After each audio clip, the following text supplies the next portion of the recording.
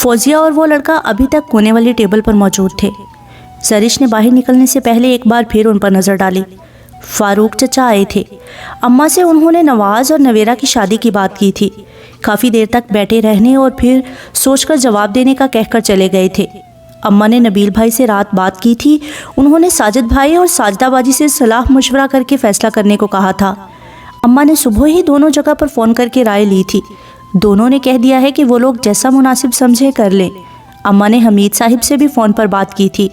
انہوں نے بھی کہہ دیا تھا کہ نیک کام میں تاخیر نہیں ہونی چاہیے، جتنا جلدی نمٹ جائے اچھی بات ہے۔ سو اماں نے ہر طرف سے تسلی بخش جواب پا کر فاروق صاحب کو فون کر دیا تھا کہ وہ لوگ آج رات کھانے پر آ جائیں اور پھر مل بیٹھ کر جو بھی تاریخ مناسب سمجھتے ہیں رکھ لیتے ہیں۔ خاندان کی ہی تو بات تھی، کون سا باہر کا معاملہ تھا۔ اسی لیے انہوں نے فون کر کے حمید چچا کے علاوہ شارق زمان اور فاروق وغیرہ سب کو رات کھانے پر انوائٹ کر لیا تھا۔ وقت تھوڑا تھا اور کام بہت سے، سب سے بڑی ذمہ داری کھانے کی ہی تھی۔ سبھی ود فیملی انوائٹڈ تھے، ساتھ میں نبیلہ بھابی کی پوری فیملی بھی تھی۔ ساجدہ باجی، احمد بھائی وغیرہ سبھی ہی تھے۔ ساجدہ باجی جلدی آ گئی تھی، تینوں مل کر کچن کا کام سنبھالے ہوئے تھیں۔ شام تک مہمان آنا شروع ہو گئے تھے۔ حمید چچا کے ہاں سے چچا اور چچی تھے۔ رضا اور رمشا دونوں ہی نہیں آئے تھے۔ نبیلہ بھابی کی ساری فیملی تھی، بھابیاں، بھائی، والد وغیرہ۔ فاروق چچا کے ہاں سے بھی سبھی بیٹیاں، داماد، چچی اور چچا خود تھے۔ البتہ شارق نہیں آیا تھا۔ نبیل بھائی 2 دفعہ فون کر چکے تھے مگر وہ ابھی تک نہیں پہنچا تھا۔ اماں نے نبیل کو کہا بھی تھا کہ شارق واجدہ خالہ کو ساتھ ضرور لائے۔ انہوں نے شارق کو پیغام بھی دیا تھا لیکن وہ ابھی تک غائب تھا۔ مغرب کے بعد تک گھر میں اچھی خاصی چہل پہل تھی۔ ساجدہ باجی، نبیلہ بھابی اور ان کی بھابیوں نے آ کر نویرہ کو کچن اور دیگر کاموں سے بے دخل کر دیا تھا۔ تو صرف تاریخ مقرر کرنے کا معاملہ، مگر ان کے ہاں پھر بھی خاص اہتمام کیا جاتا تھا۔ اس دفعہ بھی اچھا خاصا اہتمام ہوا تھا۔ سبھی خاندان کے افراد تھے مگر نویرہ اپنے کمرے میں ہی بند رہی تھی۔ باہر کیا ہو رہا ہے کیا نہیں، کون آ رہا ہے ابھی تک کون نہیں پہنچا، حمیرہ نواز کی چھوٹی بہن اسے ہر 2 منٹ کے بعد آ کر خبر دے جاتی تھی۔ فیروزی سوٹ پہنے، سلیقے سے سر پہ دوپٹہ جمائے وہ اپنے کمرے میں ہی تھی۔ جو بھی آتا تھا خصوصاً خواتین اس کے کمرے میں ہی دھرنا مارے بیٹھ جاتا تھا۔ نواز کی 4 بہنیں یہی تھیں، شوخ و چنچل ایک سے بڑھ کر ایک۔ سوائے حمیرہ کے سبھی شادی شدہ تھی۔ نویرہ ان کی باتوں سے محظوظ ہو رہی تھی۔ شارق بھائی آ گئے ہیں، بڑی امی بھی ہیں۔ شارق بھائی بازوؤں میں اٹھا کر انہیں اندر لائے ہیں۔ وہ ثنا اور شمائلہ کے ساتھ باتوں میں مصروف تھی جب حمیرہ نے اندر آ کر اطلاع دی تھی۔ بڑے عرصے بعد بڑی امی خاندان کی کسی تقریب میں شرکت کر رہی تھی، ورنہ اپنی معذوری کے باعث انہوں نے کہیں بھی آنا جانا چھوڑ ہی دیا تھا۔ نویرہ کی منگنی پر بھی وہ نہیں آئی تھی۔ بڑی دیر کی ہے شارق بھائی نے آنے میں، حمیرہ سے بڑی زارا نے کہا تھا، لیکن آ تو گئے ہیں نا، دیر آیت درست آیت اسی کو کہتے ہیں۔ حمیرہ ہنسی، نویرہ خاموش رہی۔ شارق زمان کے گزشتہ رویوں نے اس کے دل میں ایک گرہ سی ڈال دی تھی۔ اب اسے شارق زمان کے ذکر سے کوفت اور بیزاری محسوس ہوتی تھی۔ شارق کے متعلق اس کے تمام نیک اور اچھے جذبات خواب و خیال ہو چکے تھے۔ شارق زمان کی تمام مظلومیت اسے اس کا بہروپ لگنے لگی تھی۔ کبھی وہ اسے معصوم اور حالات کا ستایا ہوا محسوس ہوتا تھا، لیکن اب اسے لگ رہا تھا کہ شارق زمان کی بہت سی خرابیاں اس کی اپنی پیدا کردہ ہیں۔ اس رات شاپنگ سے واپسی پر اس کی گاڑی میں بیٹھے ہوئے شارق زمان جس طرح بار بار اسے بیک مرر سے دیکھ رہا تھا، اسے سخت کوفت محسوس ہو رہی تھی۔ پھر ان کے گھر آنے کے بعد روشنی میں دیکھنے پر اسے نہ جانے کو شارق زمان میں غیر معمولی پن کا احساس ہوا تھا۔ شارق کی آنکھوں کی رنگت، اس کے دیکھنے کا انداز، اس کی چال کی غیر ہمواری نویرہ کے دل میں ایک گرہ سی ڈال گئی تھی، اور پھر وہ دوبارہ اس کے سامنے نہیں گئی تھی۔ اسے شارق زمان کی آنکھیں انتہائی گھٹیا لگی تھی، بے باک سی۔ رمشا اس کے ساتھ گھر جانا چاہتی تھی۔ نویرہ کو اچھا نہیں لگا تھا، جو چیز اسے اپنے لیے کھٹک رہی تھی وہ رمشا کے لیے کیسے سود مند مان لیتی۔ اس کے اپنے خدشات تھے کہ اس نے رمشا کو شارق زمان کے ساتھ جانے سے منع کر دیا تھا، اور پھر اس کے جانے کے بعد نبیل بھائی کے ساتھ اسے گھر بھیجا تھا۔ شارق کی سرگرمیوں سے تقریباً سارا خاندان ہی واقف تھا، مگر اس کے باوجود ہر کوئی بھرپور عزت دیتا تھا۔ کبھی ان لوگوں میں نویرہ بھی تھی، لیکن اب اس کے دل میں شارق کی طرف سے بال آ گیا تھا، سو وہ اسے عزت کے قابل بھی نہیں سمجھتی تھی۔ چلو آؤ نویرہ، بڑی امی سے مل آئیں۔ وہ خیالوں کی دنیا میں غرق تھی کہ ثنا کی پکار پر چونکی۔ جی کیا کہا ہے؟ اس نے پوچھا تو ثنا نے اپنی بات دہرائی۔ وہ سبھی جا رہی تھیں۔ نویرا نے نفی میں سر ہلایا۔ نہیں، اتنے مہمانوں میں بھلا میں جاتی اچھی لگوں گی؟ کچھ نہیں ہوتا، چلو آؤ اٹھو، اپنے خاندان کے سبھی مرد حضرات ہیں، ایک دفعہ چل کر سب سے سلام دعا کر آؤ۔ امی اور چچی تمہیں یہیں مل گئی ہیں، بس جا کے سب سے مشترکہ سلام لینا، بڑی امی کے پاس تک جانا۔ اللہ اللہ خیر صلاح، شمائلہ نے مشورہ دیا تھا۔ وہ تینوں کو دیکھنے لگی۔ چلو اٹھو بھئی، کچھ نہیں ہوتا، آؤ۔ زارا نے اس کا ہاتھ پکڑ کر اٹھایا تھا۔ لاؤنج میں سبھی برا جمان تھے، ایک طرف مرد تو دوسری طرف خواتین۔ وہ جھجک رہی تھی۔ زارا اور شمائلہ اس کے ساتھ تھیں۔ اسے کچھ حوصلہ ہوا۔ السلام علیکم، اس نے ایک اچٹتی نظر ڈالی تھی۔ سب نے دیکھا تھا۔ وہ فوراً سر جھکا گئی۔ چلو آؤ، بڑی امی ادھر ہیں، ان کے پاس چلتے ہیں۔ ثنا نے اس کے کان میں سرگوشی کی تھی۔ اس کا ہاتھ پکڑ کر دائیں طرف رکھے صوفوں کی طرف بڑھ گئی تھی۔ وہ اس کے ساتھ کھنچی چلی گئی تھی۔ السلام علیکم، بڑی امی کیسی ہیں آپ؟ واجدہ بیگم کے پاس جا کر ثنا نے اس کا ہاتھ چھوڑ دیا تھا۔ وعلیکم السلام۔ ثنا ان کے سامنے جھکی تھی۔ انہوں نے اس کے سر پر پیار کیا تھا۔ پھر انہوں نے نویرا کو دیکھا، وہ بھی ان کے سامنے جھکی تھی۔ انہوں نے بہت محبت سے سر پر پیار کر کے اس کی پیشانی چوم لی تھی۔ آؤ بیٹھو ادھر۔ انہوں نے صوفے کی طرف اشارہ کیا۔ ان کے دائیں طرف جگہ تھی، وہ بیٹھ گئی۔ حمیرہ، شمائلہ، زارا سبھی آ کر ملی تھی۔ آپ کی طبیعت کیسی ہے بڑی امی؟ نویرا نے پوچھا تھا۔ وہ مسکرا دی۔ اللہ کا شکر ہے، وہ جس حال میں رکھے اس کا کرم ہے۔ باقی سب پھر باتوں میں مصروف ہو چکے تھے۔ نویرا کو واجدہ خالہ سے خاص انسیت تھی۔ اب بھی وہ ان سے چھوٹے موٹے سوال کرنے لگی تھی۔ وہ بڑی محبت سے جواب دے رہی تھی۔ رفت باجی کب تک پاکستان کا چکر لگا رہی ہیں؟ فون تو آتا رہتا ہوگا ان کا۔ شارق زمان کے علاوہ واجدہ خالہ کی صرف ایک ہی بیٹی تھی، وہ بھی اتنی دور جدہ میں جا آباد ہوئی تھی۔ سال 2 سال بعد ہی آنا ہوتا تھا اور سارے خاندان کو ان کی آمد کا انتظار رہتا تھا۔ کہہ تو رہی تھی کہ اگلے 2-3 ماہ میں چکر لگائے گی، دیکھتے ہیں کب آتی ہے۔ نویرا نے سر ہلایا، پھر اس نے حاضرین پر سرسری نظر ڈالنے کو سر اٹھایا تھا، ورنہ وہ مسلسل سر جھکائے ہوئے تھی۔ اس کے سامنے ہی صوفے پر نبیل بھائی، احمد بھائی اور شارق زمان تینوں برا جمان تھے۔ نبیل اور احمد بھائی باتوں میں الجھے ہوئے تھے۔ شارق زمان البتہ خاموش بیٹھا انہی کی طرف دیکھ رہا تھا، بے تاثر چہرہ، بے تاثر نگاہیں۔ نویرا کے دیکھنے پر بھی اس نے نگاہیں نہیں پھیری تھیں۔ نویرا کی بھویں تن گئی۔ شارق زمان کے یہی انداز و اطوار نویرا کو ناگواری کے سمندر میں دھکیل دیتے تھے۔ وہ اب بھی نگاہیں پھیر گئی۔ یہ شخص کیا چاہتا ہے؟ کیوں کر رہا ہے یہ سب؟ وہ الجھ کر رہ گئی۔ میں آتی ہوں بڑی امی۔ وہ وہاں سے جلدی سے اٹھائی تھی، کچن میں آ کر گلاس میں پانی نکال کر گھونٹ گھونٹ پینے لگی۔ پہلے بھی شارق زمان یہی تھا اور میں بھی، اب کیا بدل گیا ہے جو وہ مجھ پر نظر اٹھا کر جھکانا بھول جاتا ہے؟ اتنی بے باکی وہ کلس کر رہ گئی۔ خالی گلاس کاؤنٹر پر رکھتے وہ مسلسل اسی نہج پر سوچ رہی تھی۔ اندر سے مسلسل باتوں کی آواز آ رہی تھی، کہکہے تھے، چہکاریں تھیں۔